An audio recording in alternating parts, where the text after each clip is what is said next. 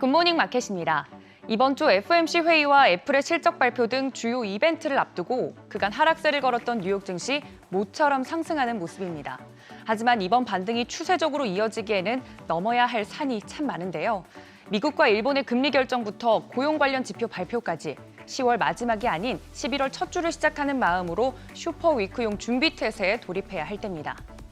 이날 3대 지수는 모두 반등에 성공했습니다. 다우 지수는 전장 대비 1.58% 올랐고 S&P 500 지수는 1.20%, 나스닥 지수도 1.16% 오르는 등 상승으로 마감이 됐습니다.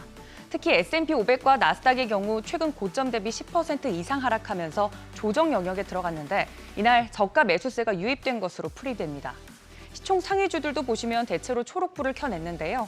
이번 주 실적 대기하고 있는 애플 1.23%, 마이크로소프트도 2.27% 상승했습니다. 엔비디아도 1.63% 상승에 성공을 했고요. 6위부터 10위도 살펴보겠습니다. 지난주 시장 분위기를 급냉시켰던 아마존과 메타 등도 상승으로 마감을 했습니다. 대형 기술주들 이날 전반적으로 분위기 좋았던 가운데 눈에 띄는 빨간불의 주인공은 바로 테슬라였습니다.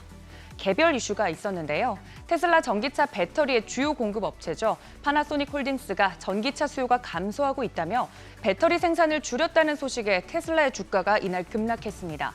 일론 머스크 테슬라 CEO도 이번 달 초 고금리로 전기차 수요가 둔화하고 있다고 발언했었죠. 테슬라는 이날 여파로 주당 $200 선이 깨졌습니다. 고금리의 여파가 이렇게 개별 종목 주가에 영향을 미치고 있는데 전미 자동차 협회 UAW가 파업을 중단한 것도 테슬라 주가가 급락한 것에 한몫을 했습니다.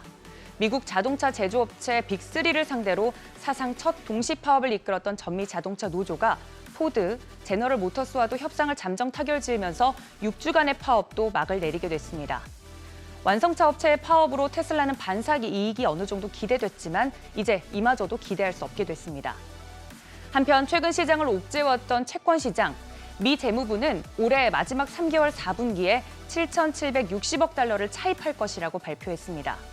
이번 발표가 JP모건 체이스의 전략가들이 예상한 약 8천억 달러보다는 다소 낮은 수준이었습니다.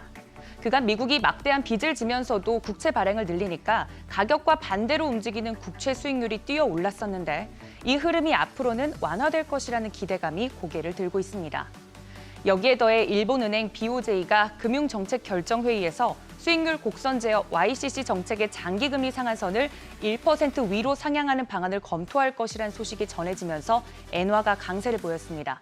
그러다 보니 일본 국채로 수요가 몰리고 미국 국채는 상대적으로 매도세가 나왔습니다.